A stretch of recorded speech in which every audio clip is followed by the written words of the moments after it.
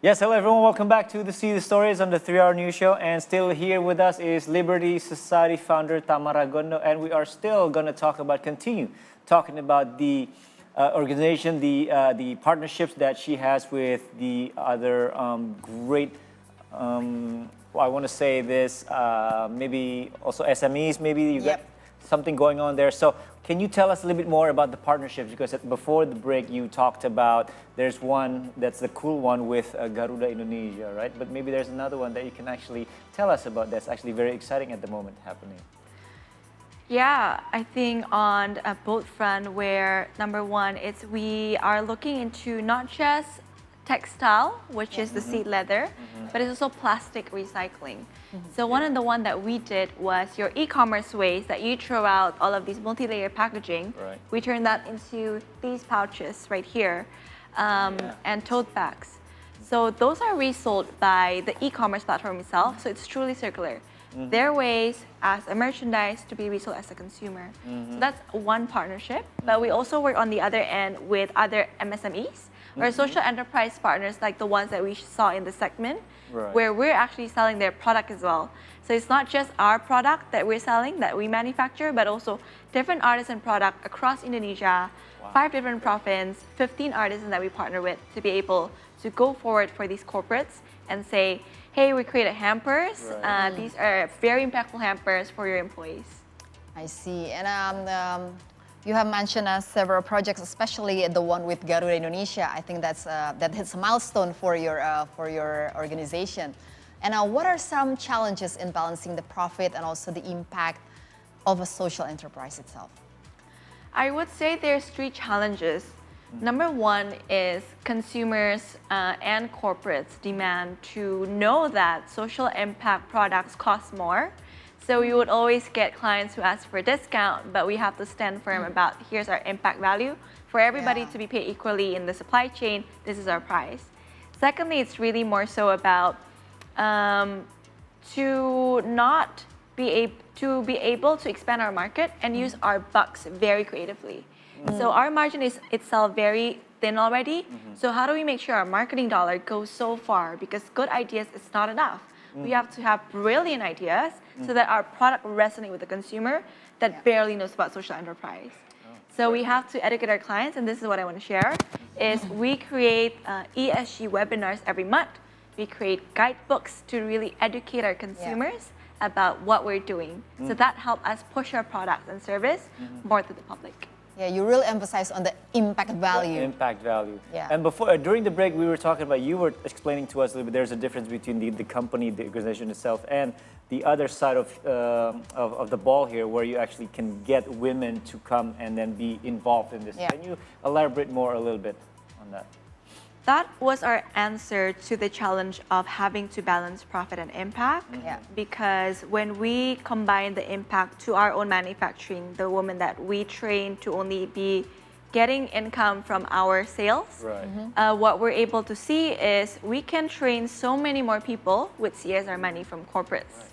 So the foundation of our sister company, Liberty Society, acts as a CSR implementation partner for our service in Liberty Society to corporates. Oh, that's nice. It's very integrating everything, right? Yes. So, okay, great move. Yes, and also how is your strategy to choose the locations, back on the locations again? I mean, because we have many provinces in Indonesia, you reach even until Sulawesi and Kalimantan. How do you manage to choose those provinces and also those remote locations? Sure. Our desire is really to work with all artisans who have great eco-friendly or upcycled products and then sending them back to our center for us to sell it to domestic market or to international market. I see. So we choose, and our hope is we go to locations based on where our clients or donors are, and then we really grow the ecosystem. And as a result, our strong suit is the marketing and the demand generation. So our sales and marketing team would go into the Western market specifically, and Southeast Asia is Singapore for us to be able to get these clients. So far we've sold about 40,000 products in the past 2 years, and projected, if we're able to just sell 100,000 products, I say 1,000 artisans are able to really empower their family and put food on the table. I see. So you choose locations based on the ecosystem that are potential as well, right? Yes, where our donors Yep. also want to go. Yeah. All right. So this next one I have, it's probably two-pronged, twofold here. First one, can you share some tips on how to approach big companies or brands, and of course then how to encourage them to collaborate with your new social businesses? And then I have another one after that. Especially in the beginning. Exactly. Yeah. I mean, something that everyone has a lot of questions, right? Yeah, because I've had an experience as well with mine, Oh, and it was right. very challenging at first. Yeah. Of course, like people have all of these like fear when they talk about how do I approach it. Yeah. The first time is always the scariest. Yes. I would say right now, founder-driven marketing is very important for you to get your credibility. Secondly, it's like family, friends, and fools, the people who first invest and believe in you. But our first client was MNC. And then that snowballed to Wings Group, that snowballed to a lot of different clients like Singapore Post and Uniqlo and so forth. Yeah. But at the core of these partnerships are trust. So for us, as a business itself, just because we're a social enterprise, it doesn't mean that we break their trust. Right. So for me, what that means is being very clear on our impact reporting. All of our product, we sell you 100 goods, you know exactly where the dollar goes to. You know exactly how many hours of productivity that I'm giving to the people that we're employing, how many money that we're able to give to themselves. Right. So about 40,000 US dollar we've given back to our makers directly for them to increase their income. Impact reporting, impact newsletter, going to our client and say we messed up, and then really be very, very clear about here's where we want to go. Would you help us with that? Here's where we are so far. Do you want to sponsor us again for next year? I see. And So hold on, one more. For a company that's only Go been, ahead. right? For a company that's only it's been around for 4 years, Yeah. right? 4 years, and then you have reached not just only in the region, but again, you said Western Yeah. areas of the globe. How did that all come together for you? Other than that, of course, the one that you just explained, making sure that every client that you have, you getting their trust, you know, and then moving forward, and you finally deciding, I can reach more. Wow, that's a tough question. I think You can do this. Okay, that goes into our strategy for the next 2 to 3 years. We're expanding to Singapore and Australian market. Number one, it's fundraising, 2, really good mentorship that I have every month with my mentors and board members. But third is, for us, we can't go by ourselves. So my mission and motivation is there's so many other social enterprises that are of smaller scale. My part is opening the access to market. I think for us to even be able to expand, it's just about consistent work. We've done this for 4 to 5 years. A lot of companies close when they're at year 3 or year 2. Right. But I think I was lucky enough as well to have a lot of really good mentors and supporters along the way. An encouragement to our friends here also, though, there's just so many more funding and grants and ecosystem builders and support available right now if they do want to go there. I see. And how many team members do you have? Since you cannot work alone, right? Yes, we have 17 on our team. We have about 20 on the maker side.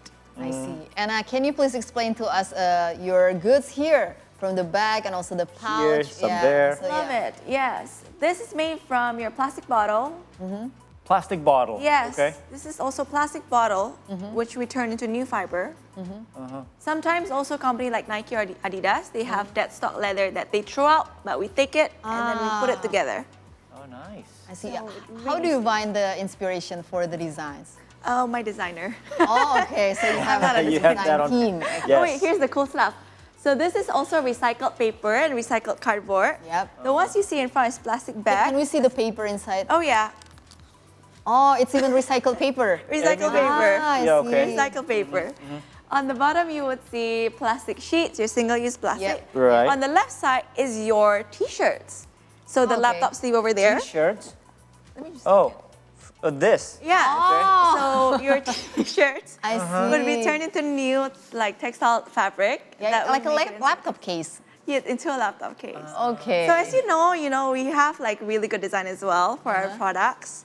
so that consumers really feel like I want to I like how it feels too. So how do you decide what kind of things that you want to throw out there? Again, you have your designer for sure, but then you do market research, of course, and then, oh yeah, we want to make that. We want to make like this. maybe based on the trend or... Yeah, the process of getting, okay, we want to do that one. Sure. Here's also something maybe our friends can glean on. First 2 years was corporate merchandising. Oh yeah. First, and then the year 3 was hampers, events, spaces. So a lot of government events right now uses us as well. And then year 4, which is this year, we go to hospitality industry. So we look based on trends, which green industries are rising. Okay. Yeah. We tap into creating the products, and we're looking into how likely are people to buy those at a more repeating and recurring market. I see. So this is year 4, which Year is 4, yeah. you're in the medical business or world right now, you say? Hospitality. Hospital, sorry. Hospitality, Oh, yeah, hospitality, medical, I'm yeah. sorry. Hotels. Hotels, that's, Yeah. I heard medical. Yeah, Okay, hotel. hospitality, good. So year 4, hospital. What's year 1 and 2 again? Oh, It was corporate merchandise. just merchandising. Merchandise. So we work with a lot So of you do it merchandise, on a yearly hampers, basis, yeah. right? So, and, okay. And now okay. we're gonna see something more, of course, in the future. So Yeah. what are your long-term goal and hope for the ecosystem and also for your organization itself? We really want to democratize the idea of upcycling. If we're able to crack and really bring in the demand of a lot more companies who wants to do this, we can have a lot more demand and quantity and push down the price for the whole ecosystem. Okay. Where we are in the market is we're offering a product that is more cheaper than market, Yeah. but we also want to bring our artisan partners. Yeah. So the hope is really we want to 1,000 artists that work with us can get more sustainable income while we partner with 100 of the world's best brand Yep. to upcycle 100,000 of waste. 100,000 of waste into 100,000 products. Either way, this type of industry, procurement industry, is a $1 billion industry. If we can just get a 1%, say $1 million invested to our product and our company, it could change the life of 1,000 people. Yeah. Right. Wow, we hear an ambitious goal. Very positive. Yeah, but Now, how do we find you? Yeah. You on can socials and also Yes, I'm websites sure you and have any social social that you websites. have. Yes, our company is liberty.society on Instagram, liberty-society.com on the Website. And then I would just really love if more companies, my hope is more companies can think, I really want to make a difference through upcycling my waste. And I can talk to Liberty Society and figure out ways whether I can donate the merchandise, I can donate this to schools, I can give this Yeah, away to yeah, my yeah, yeah. employees, or do something meaningful like that. I see. And one last question is, what would you say to people who maybe have hopes to become a social enterpriser? I mean, social enterprise founder like you, to be involved in something environmentally friendly and life-changing like Liberty Society? Personally, would just love to mentor and talk to them. But I think, secondly, it's like researching what are the things already done out there. Yeah. To not recreate the wheel, but learn and intern, because I was an intern at a similar organization before I started see. this. So you learn hands-on there. Have to, and then before I started it, I know exactly what's the gap in the market. A lot of social enterprise just start something because it's really cool, Yeah. but then I think it's about answering a need to what's already currently being done to solve the problem. I see. Very good. So That's don't a great recreate advice. the wheel, right? Yep. Do not recreate the wheel. Do not recreate the wheel. Yes. Very good.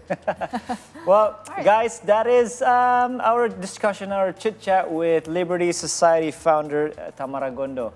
Tamara, thank you very much Thank for you so coming much in and for sharing being here, sharing us the your insights. Yes. the products. We'll The learn- best of luck, Thank Yes. you so Yes. much. with the We learned a company. lot about social enterprise. And that too. Yeah. We'll talk to you soon. Talk to you soon. soon. All right, guys, we will be back with your daily dose of entertainment on the last segment of the show. You don't want to miss that. Stay tuned.